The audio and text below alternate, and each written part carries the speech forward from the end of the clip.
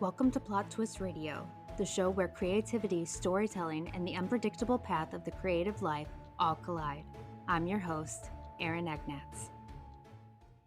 Today's guest is the author of the middle grade fantasy series Stealing from Wizards.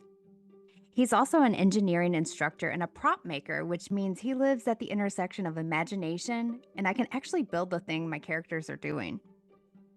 We talk about writing for middle grade readers, why humor and joy make learning stick, how teaching influences narrative structure, and what it feels like to close out a series after 8 years without losing your voice along the way. Let's jump in. Ryan, hello and welcome to the show. Thank you, Erin. Hi. Can you tell the audience a little bit about yourself? Sure. I am an author of middle grade fantasy novels, the Stealing from Wizards series. Outside of that, I am a engineering instructor and prop maker. That's impressive. My career path makes very little sense on paper. I'm right there with you. I'm an author, I'm a ghost hunter, I am a professor, you just it depends on what I wanna be that day. As you said, you wear lots of hats, teacher, writer, actor. Tell me about science because, to me, that is so fascinating. It's such a fascinating world, but I was never good at it, ever. It was I that to me that's such a tragedy of because a lot of schools we teach science in a way largely to prepare students to become scientists. Like when we're preparing the curriculum in elementary and high school, we're like, oh, this is so someday some of you could go on to be scientists. But there's so much joy and interesting things to learn about how the world works and how we figured out how it works that don't require the hard maths and the constant memorization of names of like parts of bodies and things, where I think a lot of people get tripped up um and get disenchanted with science, where if we could just spend a bit more time going, look at this incredible thing, this is how we figured out that the earth is round. um and there are like a bunch of cool stories that go into learning how the earth is round. And we've discovered it many times in many different countries over history, and it's just neat.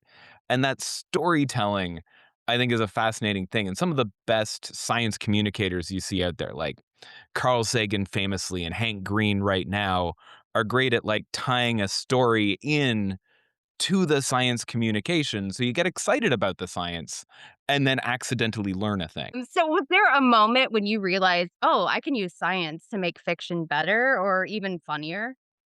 I ooh, I think so, but that is pretty early on as a reader. I An uncle threw Hitchhiker's Guide to the Galaxy at me, if you are familiar with the comedy sci-fi. And that is the book that taught me that writing and novels can be funny.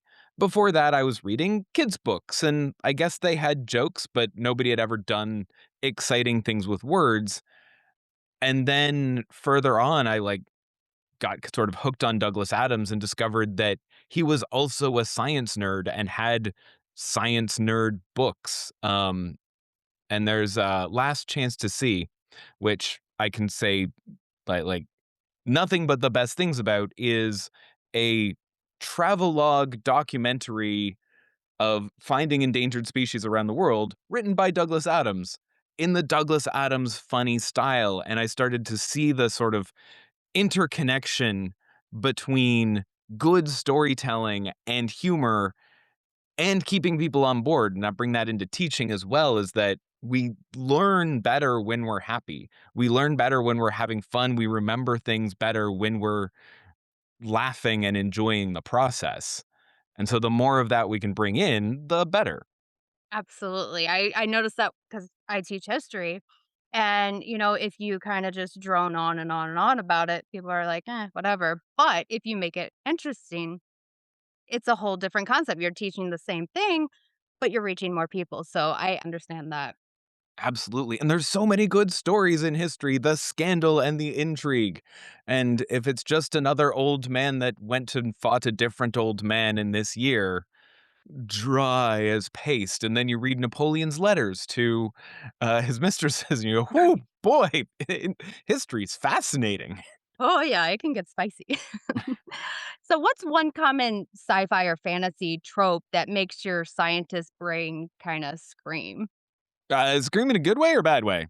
Either way.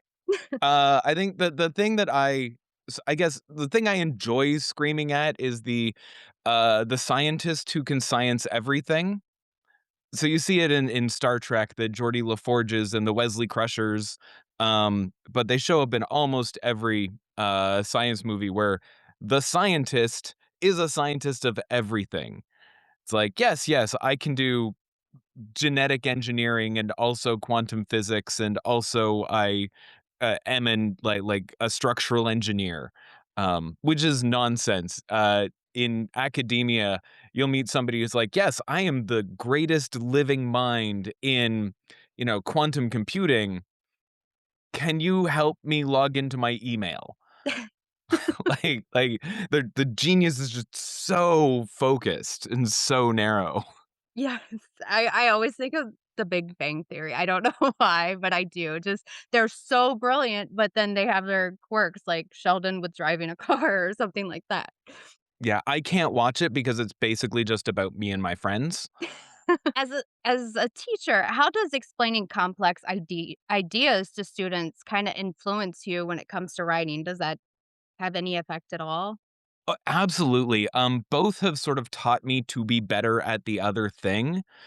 In teaching, especially like in like one-on-ones when you have students coming for office hours, or when you're like sort of like tutoring someone directly. Um, Often you have to find more and more different ways to come at an idea and find different analogies and different allegories and different metaphors that are going to work for that student, and try to just come at an idea that they're not getting from different angles.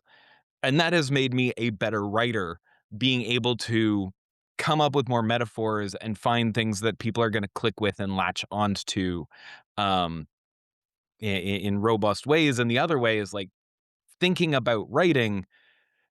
You spend a lot of time thinking about structure and narrative structure and how to keep people engaged and reading their way through, and how to have like how to tell a story, which is a thing a lot of teachers don't think about when they're planning a lesson. We're going, here are the pieces of information we need to translate, but we don't take the step to go, how do I make that a story that is gonna keep people engaged? How are we gonna like where are we gonna put the beats and the jokes? How are we gonna open it and close it out, to keep people tied in and invested in getting to the end? I won't say I get that all the time. I mean, there's only so much you can do with physics, but it helps. It really does. Absolutely. So you've been described as a nerd culture activist. What does that mean to you? Oh, goodness. That's going probably back to my blogging days more than anything. That uh there are good and bad things about nerd culture. I love the side of nerd culture, that is celebrating whatever people are nerdy about. That impulse of to just overshare your special interest and get really invested in something super niche. Um, Whether that's cosplaying or video games or your favorite novel or whatever movie or TV show you're into, just the joy and the joy of sharing and all of that. While at the same time trying to speak against the negative side that sort of grows out of the tribalism that falls into there, that there is a right and a wrong way to be a nerd. There is there is the gatekeeping that goes along with it. Um, I think the thing that I was most famous for accidentally was once upon a time, I wrote some articles talking about the Slave Leia cosplayers.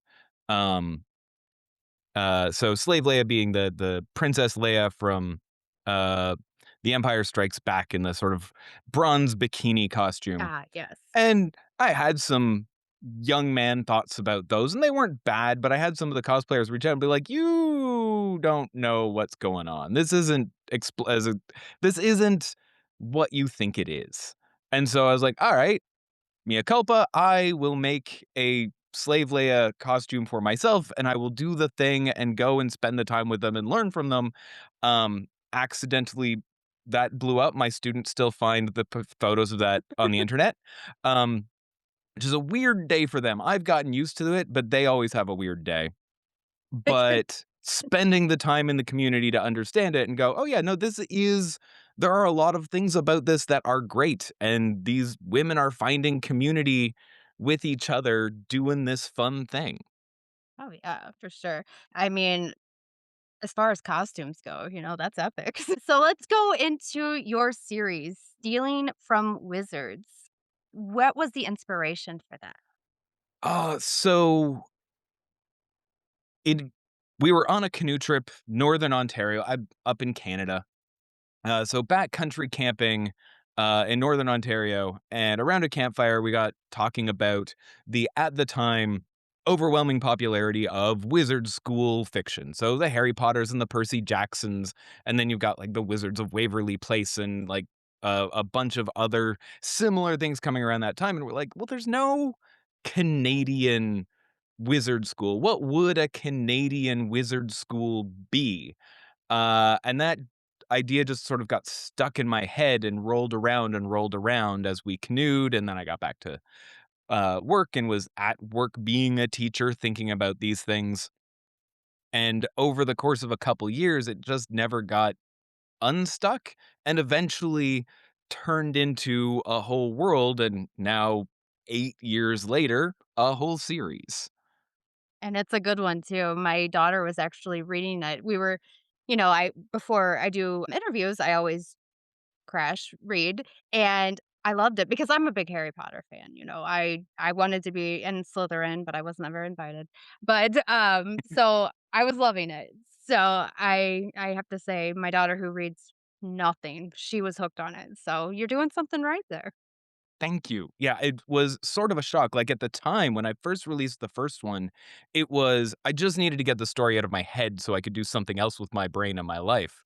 Um, and then I didn't expect it to amount to anything. I didn't wasn't looking to publish it formally. And then my friends were like, "You should put this somewhere." And I put it on Wattpad and it exploded on Wattpad, which is I don't know if you've heard of it, online Yeah. story platform. I was like, okay, maybe there's something here. Got it properly edited, published it properly, and has been shockingly successful. I had no expectations that it would be anything, which might be why it is good because I wasn't, trying to tailor it to a market or anything like that. And I was just writing the story as it was. Sure. So, writing middle grade fantasy often gets underestimated. I've noticed it a lot in the publishing world. What do you think people misunderstand most about writing for that particular age group? I I think that there is diversity in that age group that gets underestimated, both in the capacity and the interest in the readers and in the variety they're looking for. Just like as adult readers, we want our candy garbage romance that are like tropey and predictable and delightful in there, but we also want our like deep and nuanced and sweeping narratives and epic fantasies and great literature. Kids want those things too. And so like I feel like I'm overstating my skills by saying I was writing great literature, but I was writing for the kinds of kids I was and was friends with who were ready for more complicated stories, but the more complicated stories were written for grown-ups, and they were about grown-up things, so we can still write more complicated stories with interesting characters and things going on in the background and layers of action going on, but are about things that middle grade kids are thinking about. Friends, school, the weirdnesses of growing up, the scariness of the future, being Absolutely. weird misfits. Yes, exactly. I mean, that is the stage where they're looking for their tribe, so finding a story that fits with them. I agree completely. It's such an awkward stage, so but I leaned into those books when I was that age. You are on your final book now, correct? Absolutely. Arson came out a couple of months ago. It's going very well. I've had incredibly positive reviews, which is terrifying to close out a series. It's so easy to disappoint people. And I've had very positive feedback, which is very affirming. It's Yes, as feedback is it's difficult as an author. It's difficult to take and it's certainly difficult to get. So it's wonderful that you got it. How have you changed as a writer as the series has went? oh my goodness. I That's a hard question because it has been 8 years and the world has changed and we've gone through a pandemic and um I've now been at this job for since a little bit before the series started and I've changed as a human so much in that time. As a writer, weirdly, I've tried not to change that much because I've been trying to keep the series consistent. I've tried to improve and like hone the craft and get better at storytelling and better at metaphors, but I have been trying very hard not to change my voice. So that if you read the first book and the last book, you're like, this is the same person, this is the same world, the same author. Which in a way has been hard because as I encounter new books and other authors, I'm like, oh, they're doing such brilliant things. I want to do that. I'm like, no, I'm not allowed to do that thing. I have to keep doing the thing I was doing. I can do that thing better and I can learn from them, but I have to keep doing the same thing for this series. Yes, that is one of the hardest things I've noticed as an author is trying to keep from book 1 to book 2 to book 3 to keep that voice the same. Even if you try as hard as you can, sometimes it's really hard. Yeah, I don't like we're never gonna get it perfect. We're growing and Right. changing as people. I am a different person, like almost down to the cellular level to the human that I was when I started writing the books. Yes. So when did you know that Arson was the ending? About halfway through writing it. So I had suspicions that it was the ending, but I didn't know it was going to be the end until things had really locked in. I'm more of an exploratory writer. I didn't have a grand plan for the whole series from the beginning. Um, and as the book went on, all of the characters, our main character and a lot of the side characters, their arcs were really wrapping up. If I was gonna go on, they had to go through something new, but it was closing out very well for a lot of the characters. And we'd also reached a point of, like, escalation in threat. Every book in an adventure series, the threats need to escalate a little bit. Um, and if we went anywhere beyond this book, people were gonna have to start dying for us to escalate anymore, and that's not the kind of series it is. Right. Yes. So was it harder to say goodbye to the world or to the characters themselves? Oh, long pause. In a lot of ways, I don't feel like I have said goodbye. It was very emotional to, like, put the final period on it, and the first like, when I got the first copy, like, I'd gotten first copies before, the very first copy of the first book was very exciting, and then the next ones were just like, "Oh, yeah, I've done this before," and I thought this one coming in is like, "Oh, yeah, I've done this before. Here's the first copy," and then I was like, "Oh, I'm having feelings, big feelings that I haven't had before. I'm not managing this. I was not expecting like, I'm tearing up." Um, but because we're still recording the audiobook, because people are still telling me about their experiences with it, it's been a nice little off-ramp where I didn't just have to say goodbye. I can sort of step away one step at a time without it being quite so traumatic. I understand that, absolutely. Did writing the finale force you to kinda confront any themes you didn't expect when you started the book? I think it more put exclamation points on some themes that I didn't know were in there. And I think one of the things I'm very lucky about is some of my beta readers and some of my editors are much smarter than me. Um, and one of them in particular is very good at taking an early draft of my book and going, these are the themes that your book has. And often I don't recognize those, and so I sort of got to the end and sent the draft to him, and he sends it back and goes, "This is what your story is about." And that that feedback let me sort of hone things in and recognize that this is a book about one found family and that it's critical that they are a family at the end of it. But also it's a story about growing up and that difficulty of the space that grows between your friends and your family as you grow up, and how do you go on in life maintaining those friendships and maintaining those connections even though life has to an extent put separation between you. Yeah, that's a good answer. Very good. Thank you. So now It's not my answer, well, it's Jim's answer. I just had to polish things to make sure that was in fact what it was about. now that Stealing from Wizards is complete, what's next? Is it more fiction, more science, something else? I am confident there will be more fiction. These were not my first books, they were just my first good books. Every few years, an idea will get stuck in my head and a book falls out. I know a lot of creative people have similar problems, or as Yes. you as a writer, do you have the same issue?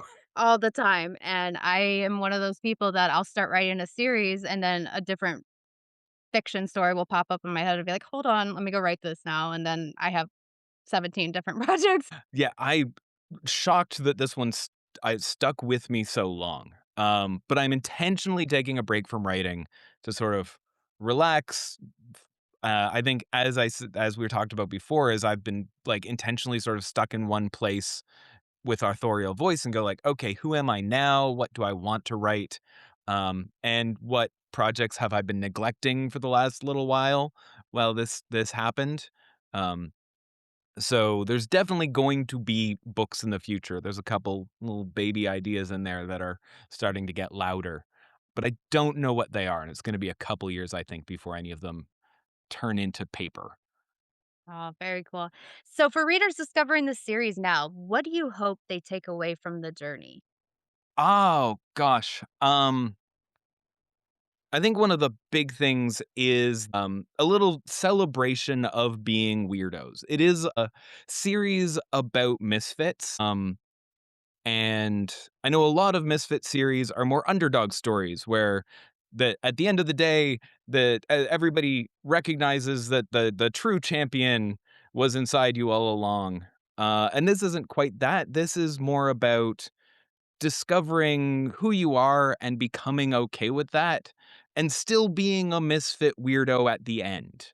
And sort of finding family and community and joy in being a little bit weird and out of place. Love it. So one last question. This is just a fun, nerdy question. Has to do with science, of course.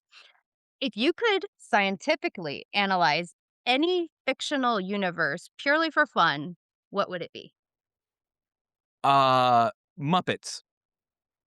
Really? I do it for fun. It is absolutely joyful because the Muppets don't intentionally make any internal sense. They're just puppets. So I have a whole TikTok series evaluating the biology and evolutionary science of Muppets. Um, it's just silly fun and it's great, Yeah, you can't go wrong with the Muppets. I love the right? Muppets. So, where can our listeners find you? So if you're looking for my books, stealingfromwizards.com is probably the easiest place. There's links to the audiobook and the paper books and the digital books. The audiobook currently is available in podcast format. So if you are a podcast fan, which I assume you are listening to this, I will read you the first 3 books as a podcast cover to cover for free. That is my gift to you at the moment. But yeah, if you're just looking for the books, ebook format just about anywhere you get them, Kindle, Kobo, etc. You can order the first 3 at your local indie bookstore, which I strongly recommend. Support our indie bookshops. But you can also get them on Amazon, which is faster. And if you don't have a local one, and if you want to talk to me for some reason, I'm all over the internet. I'm on TikTok, and Blue Sky and Instagram. TikTok, Student of Whim, same as Instagram, Student of Whim, and on Blue Sky at stealingfromwizards.com. Awesome. Well, thank you so much. This has been really interesting. I appreciate you joining me. Thanks so much for having me, Aaron. It's been great. Have a wonderful day. Thank you. Bye-bye. Cheers. Bye. And that was my conversation with Ryan, author of Stealing from Wizards. If you loved Ryan's take on storytelling and science, make sure you check out his work at stealingfromwizards.com. You'll find links to the books, the audiobooks, and even the audiobook podcast where he reads the first 3 books cover to cover for free, which is genuinely such a cool gift for readers. You can also find Ryan online. He's on TikTok and Instagram as Student of Whim, and you'll definitely want to follow him if you enjoy smart, hilarious nerd culture takes, including his scientific breakdowns of the Muppets, which I'm still thinking about. If you enjoyed this episode, don't forget to rate, review, and share Plot Twist Radio. It helps more listeners find the show. And as always, all of Ryan's links are in the episode notes. I'm Erin Egnatz, and I'll catch you next time.